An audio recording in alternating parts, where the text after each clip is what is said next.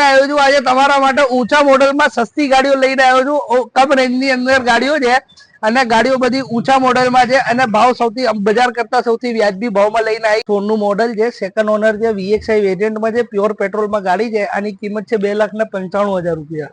Honda city છે, 2016 નું model છે અને પ્રાઇસ 4,95,000 રૂપિયા છે.